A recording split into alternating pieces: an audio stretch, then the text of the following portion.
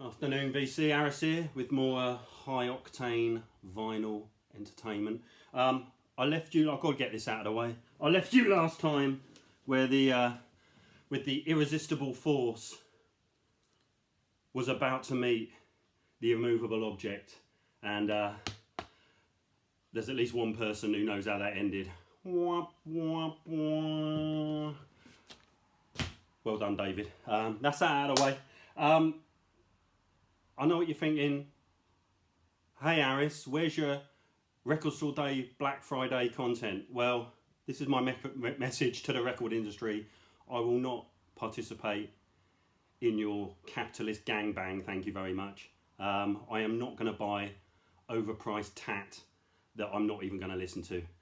And the good thing is, the money I saved meant I could also buy this Federico Maura candle. Beautiful scented candle.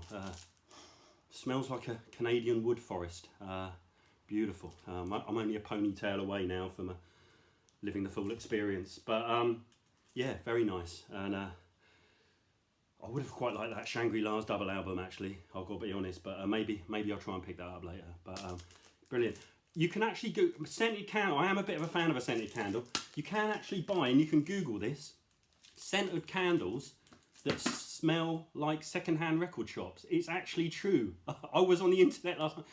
I have no idea what a scented candle that smells like a second-hand record shop might smell like, although judging by where I live, it will be the essence of overweight Iron Maiden fans and quiet desperation, I imagine. But that must be a hell of a challenge for the marketing department to flog those. I'll tell you, they must be like, you know, can we put some rose petals in there at least, or something like that? Or I don't know. But anyway, yeah, been a little while since my last video. Still finding loads of good second-hand stuff around, in my opinion, anyway. And let's kick off with this charity shop buy, but not a cheap charity shop buy. The Stooges Funhouse. Never owned this on vinyl, and I didn't want to get the sort of vinyl revival version that you know, the sort of the post 2013, because I won't get into the arguments, but I just find modern pressings, and when I say modern pressings, I mean sort of 2014 onwards, I just find them disappointing. I don't know why. When they try and make them sound better, they make them sound worse. And why is the pressing now important? I mean, I used to work in HMV for a couple of years, and HMV's just opened up down the road, by the way. Mental, can't believe it. And I used to stare out at 100,000 records, and not one single one of them would tell you about the pressing. You used to just buy it. And now it's double speed remaster, half speed remaster, 180 gram vinyl, 160 gram. Right. So what I really wanted to find, one from what I call the original vinyl era. I don't know when this one's from. The shop tried to sell it to me as a 70s reissue. It's definitely not, because my inner Columbo spotted that there was a barcode. Put it on Discogs, it's come up as unknown. On my gut feeling, because it's on a gloss sleeve and it's just single and a fairly thin bit of vinyl, which I'm all for. I like thin vinyl. I hate 180 gram vinyl. I think it's either from the mid 80s or the early 90s. That's my gut feeling. Sounds fantastic, just brilliant pressing. I've got to say, Funhouse it's one of the most perfect albums ever, isn't it? I was watching that guy who's often on Rachel's stream, Debwack66. He's done a video, I noticed, of the box set of this. They bought a box set out, which I think now goes for about 700 quid or something. And that is one box set I wouldn't mind finding, because although this is only about a 40-minute record, and there's about 6 hours worth on there, and it's probably a bit like a jazz album, because they did experiment a lot, and there's probably a lot of stuff on the cutting room. But what an amazing album this is. Even the last track, LA Blues, where I think Iggy had probably wandered off to smear peanut butter all over himself while the band just mucked about. Even that ain't bad, but just a phenomenal album, innit? Funhouse. It's my favourite Stooges album by quite a long way. And brilliant. I mean, 1970, what a track. And also, Down on the Street. Brilliant. It's all brilliant, isn't it? It's just a cracking album. Fantastic. So that's Stooges Funhouse. Cost me 24 quid, but I'm willing to take it because it is such a great pressing. Next up, pretty chuffed to find this. UK pressing of the Undertones. I keep seeing this on the VC. This seems to be one of those records that a lot of people are buying. The first Undertones album. You know it's a repress because the original UK came in like a black and white sleeve with them sitting on a wall.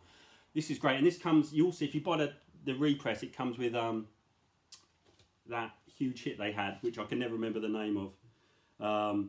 The one that John Peel played twice, and someone's going to tell me what it is in a minute, innit? I just can never remember the name of that song. Teenage Kicks, how can I forget that?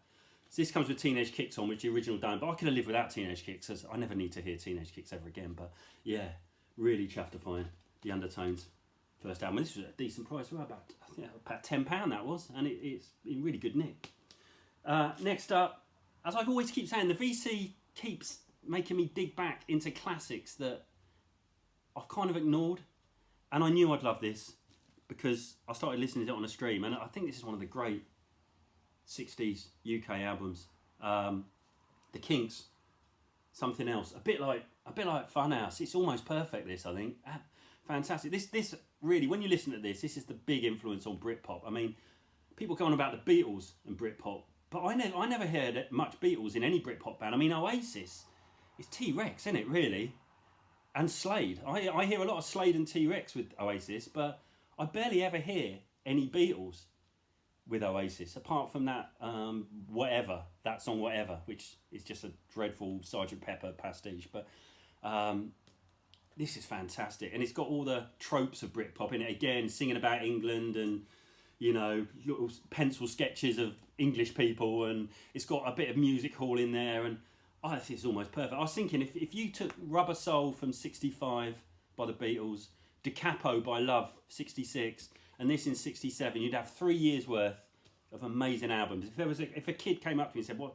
Give me 3 great 60s guitar albums," I'd pick those 3 to show the evolution, or devolution maybe, depending on your point of view, of 60s guitar music. But yeah, this is great. And this is a 1983 pressing. Again, I didn't want to buy the new press because I've heard those new Kinks pressings, and again, I don't like them. They're on 180 vinyl, and the sleeves are thick, and I hate that. I really hate those thick sleeves as well. And this is just great. Nice 83 press, and beautiful. Yeah, and I think I paid about 20 quid for this, but that is about the going rate. Kinks vinyl is kind of hard to come by now, but yeah, Something Else by Kinks. This is my favourite Kinks album. Fantastic. Love Me Till the Sun Shines. What a tune that is as well. Beautiful. Next up, Record Store by this. Record Store Day. No, not Record Store. Record Fair. It was our Record Fair this week. And again, I'm so pleased to get this because I love this. I've been listening to it all morning. An original UK press of the Twin Peaks soundtrack by Angelo, I can't remember how you pronounce it, Angelo Badalamenti and David Lynch. And David Lynch is fantastic. I'd love to get an Eraserhead soundtrack because that is one freaky film. But this is great. This works so well. And yeah, where's that? Where is that? It's somewhere near Seattle, isn't it? That's Norman Maslow country, that, isn't it? I love I used to work with Americans, and they always used to say, "Oh, we love the British scenery," but I think the American scenery always looks amazing, and it's just so eerie, this, isn't it? And yeah, it's a great soundtrack. It works perfectly as a soundtrack. Sort of all original stuff, a bit of sort of lounge jazz. It harks back to the 60s. Just brilliant. I really recommend this as a soundtrack. It's superb. It works like a treat, especially like first thing in the morning. You're just getting up, stick this on. It's brilliant. But yeah, pleased to find it. You've got to have a clean copy because it is quite sort of ambient and quiet at times. And this ain't bad. This is coming in about 9 out of 10.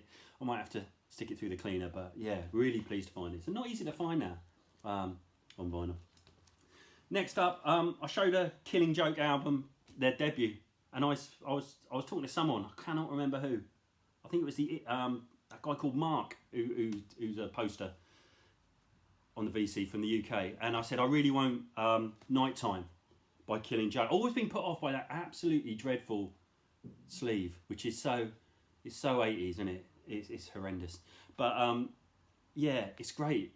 I haven't really listened to this a lot yet. I need to listen to it more, but it does contain A Love Like Blood, which is surely the great alternative indie disco classic of all time. A Love Like Blood. I love it, and all of this is kind of similar. Great album. For a lot of Killing Joke fans, this is their favourite. I'm not sure. I think I prefer the debut, but this is great. I picked this up for a song actually. This was £8. This is from the Record Fair as well, and yeah, great record. And this is in good nick. And yeah, Nighttime by Killing Joke. Really recommend it.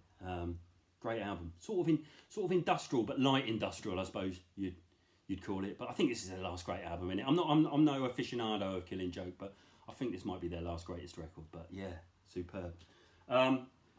Next up, I bought this off a mate because I did my last video. I said I didn't like Daydream Nation by Sonic Youth, and then someone again another VC poster, Sean, who goes under a lot of names. He changes his channel all the time. I think he was Collector Scum, then he was Bitches Brews, or one of the others. He's got a great channel as well. And he put a comment, said, I can't believe you don't like Daydream Nation. So my theory is I had it on CD, a CD from 1988, and CDs from the 80s were dreadful. They sounded chronic, almost without exception, underpowered, dreadful. And I was chatting to my mate, and he had this. This is a recent reissue of Daydream Nation on the Goofin records, which I think Sonic Youth are tied in by. So it's all kosher. It's not like it's grey market or anything like that. And I said, can I listen to it? I said, yeah. And I played it on my system, and oh God, it sounded really good. And it is a decent record, actually. I'm really trying. I said, look, I'll buy it off you for a couple of quid. And he's got a lot of records. He said, yeah, you can just take it. So I got this on a freebie. I think he's got an original press on Blast First, actually.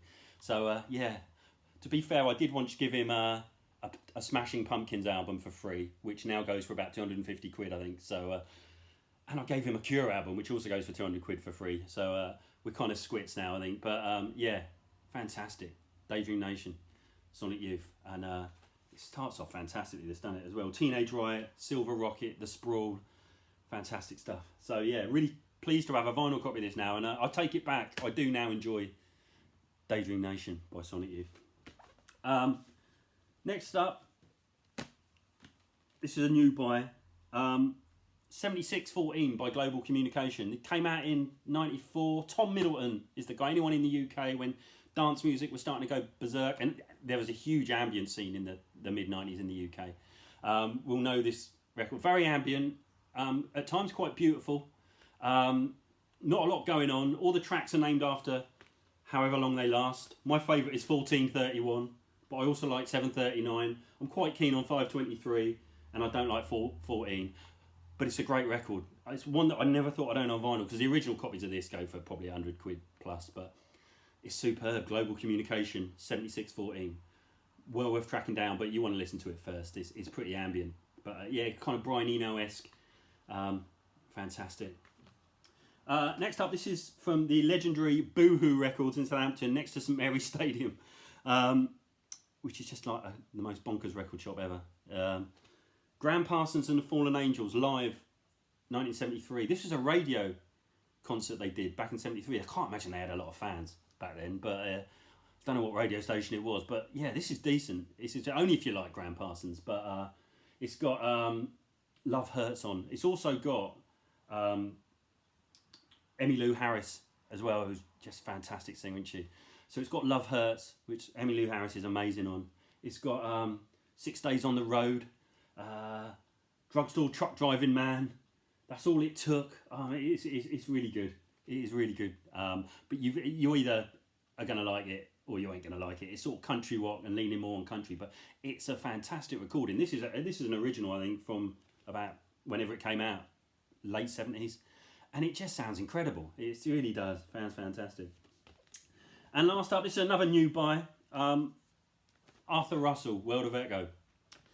How do you describe Arthur Russell? American, born in Iowa in a one-horse town. I don't know if it is any horses in Iowa, but you know what I mean. There weren't a lot of people where he was born. And he grew up and fell into like an art scene and became like a sort of a left field musician. And this really is... I wouldn't necessarily recommend this. If you are interested in looking at this, definitely stream it first. It's basically him and like a cello and some lo-fi electronics. It came out in '87. In the UK copy, it came out on Rough Trade, which is about probably 90 quid now. The American first issue is about 200 quid now. Very hard to find. This is a repress on a double. It is very minimal. It's kind of in the same-ish ballpark as Young Marble Giants, but not even as it's even a harder listen than that. But there's a record shop in London that's just opened. It's a very good record shop actually, and if they called themselves off this record, World of Echo, and yeah, it's quite haunting. it's almost impossible to describe. Arthur Russell then became like this sort of, started doing dance music, sort of left field dance music, which in the UK where house music took off, he called himself lots of different names like Dinosaur L and stuff like that, and started doing this sort of trippy dance music, which became quite popular in the UK. But yeah, World of Echo, Arthur Russell. I'm so thrilled that this has come out on a repress now, and yeah, a very difficult listen, but it does kind of, after about 3 or 4 listens, it does get to you, and I love it personally. But a lot of my mates will listen to it and go, "This is shit," to be honest. So it ain't for everyone, but that's yeah, Arthur Russell's World of Echo. So pleased to get that. Anyway, they're my recent finds. Thanks for watching, and I'm sure there'll be more videos soon. Thank you.